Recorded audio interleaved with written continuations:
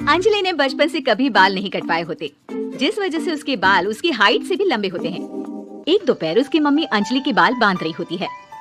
सुन, लंबे बाल देखने में तो सबको अच्छे लगते हैं, लेकिन जब इनका ख्याल रखने की बात आती है ना, तो कोई तेरे बालों पर मेहनत नहीं करेगा। कुछ समय बाद ससुराल जाएगी, इसलिए क्यों नहीं इन्हें थोड़ा कटवा ले। कैसी बात कर रही हो मम्मी?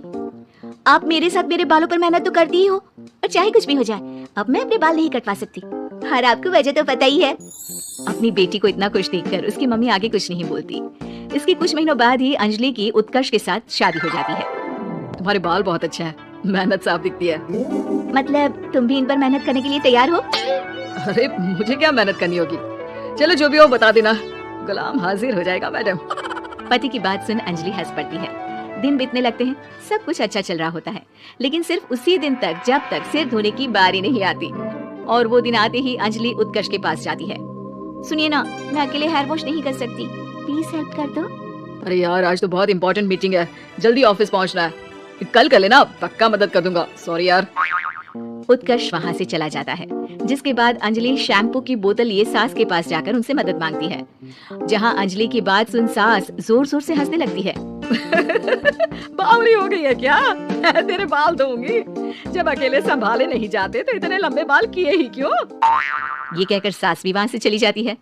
अंजलि मन ही मन सोचती है, मम्मी सही बोलती थी, तारीफ सब करेंगे पर थोड़ी भी मेहनत कोई नहीं करेगा।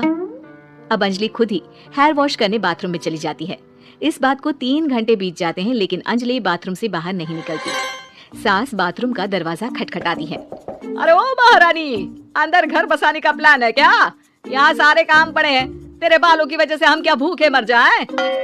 सास की आवाज सुन अंजलि अगले ही पल बाहर निकल आती है, लेकिन सही तरीके से सिर नहीं धुलने पर उसके आधे बालों में शैम्पू और बाकी बालों से पानी बह रहा होता है। हाय नास पीटी, इतने घंटे लगा दिए फिर भी इन्हें ठीक से धोकर नहीं आई। अब क्या सारे घर में पानी पानी करती घूमेगी? अरे कहीं मुझे ही ना गिरा दियो। आज तक कभी अपने आप हेयर वॉश नहीं किया, हमेशा मम्मी हेल्प कर देती थी, इसलिए टाइम लग गया।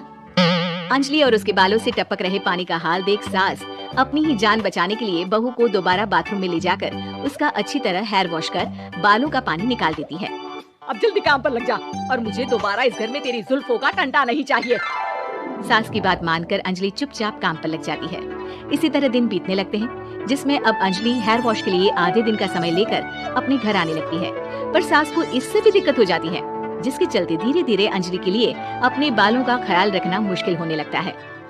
न तेल लग रहा है, न समय से हेयर वॉश हो रहा है, और बालों में कंघा घुमाए तो हफ्ते बीत जाते हैं। मुझसे अपने बालों की ऐसी दुर्गति देखी नहीं जा रही। इसी तरह दिन और दिनों के साथ महीने बीत जाते हैं, जिसमें अच्छे से ख्याल नहीं रखने की वजह से अब बाल रफ उलझे हुए होने के साथ साथ हेयर फॉल भी शुरू हो जाता है। अब क्या हमें अपने बालों में उलझा कर कूड़े में फेंकने का इरादा है?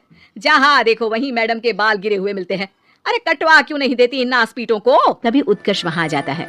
अरे कैसी बात कर रही हो माँ, आपके बोले बिना वो सब कुछ कर देती है, और बदले में जब सिर्फ अपने बालों के लिए जरा सी मदद चाहती है तो आप उसे ऐसी बातें सुनाती हो। उत्कर्ष अंजलि को लेकर घर से बाहर निकल जाता है और वो दोनों अंजलि के घर पहुंच जाते हैं। मुझे माफ करना, मैंने वादा किया था लेकिन पूरा नहीं कर पाया। अब तुम जैसा कहोगी मैं वैसा ही करूँगा।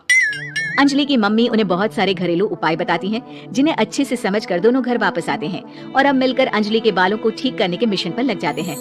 अरे पत्नी की सेवा में तो ऐसे लगा है जैसे इसके बालों में से खजाना निकल आएगा। इसी तरह कुछ महीने बीत जाते हैं और धीरे धीरे अंजलि के बाल पहले जैसे हो जाते हैं। आधा सफर तो कंप्लीट हुआ, अब आधा बचा है। हाँ, कौन सा आधा? मैं समझी नहीं।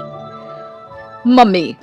अब अपनी मम्मी को बहू की कीमत समझाने के लिए पहले उत्कर्ष उनकी सब सहेलियों को घर बुला लेता है और फिर अंजलि को उनके सामने लेकर जाता है, जिसे देख वहाँ बैठी सास की सभी सहेलियों का मुंह खुला का खुला रह जाता है।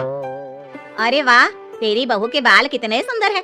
आज से पहले हमने कभी इन पर ध्यान कैसे नहीं दिया। और वैसे इतने लंबे बाल संभालना सबके बस की बात नहीं, लेकिन तुम्हारी बहू को देखकर लगता है कि ये इसमें प्रो है। वैसे बहू, लंबे बाल देवी के भी होते हैं और चुड़ैल के भी, इसलिए अपने अंतर मन में कभी कुछ बुरा मत आने देना और इस घर के लिए लक्ष्मी का रूप बनना। अरे किस बात की, घर की आधी लक्ष्मी तो ये इन्हीं जुल्फों पर खर्चा कर देती है। सास की इस बात पर अंजलि तुरंत पैसे ले जाकर सास के हाथ में रख देती है। अब मुझे सबके सामने नीचा दिखाने के लिए पैसे दे रही है क्या? नहीं मम्मी जी, पैसे आपको इसलिए दिए हैं क्योंकि ये उन्हीं बालों की कमाई है जिन्हें आप रात दिन कोसती रहती हैं। अगर आप वो सब नहीं करती तो मेरे बाल खराब नहीं होते और ना ही मैं ये पैसे कमा पाती। है? क्या मतलब है?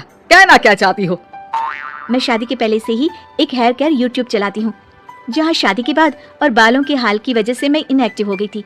पर उस दिन जब उत्कर्ष और मैं मम्मी के पास उपाय पूछने गए तो आइडिया आया कि अपनी हेयर प्रॉब्लम्स ओवरकम करने के साथ साथ इस प्रोसेस की वीडियो बनाकर उसे भी यूट्यूब पर डाल दूं तो। और अंजलि की इस आइडिया से वीडियो हिट हो गई। चैनल के सब्सक्राइबर भी बढ़े, साथ में व्यूज और पैसे भी मिले, जो इसने आपको देने के लिए सोचा। बहू की बातें सुन सास को अपने बर्ताव पर पछतावा होता है, और अब सास, बहू और पति सब मिलकर हेयर केयर और यूट्यूब चैनल पर काम करने लगते हैं।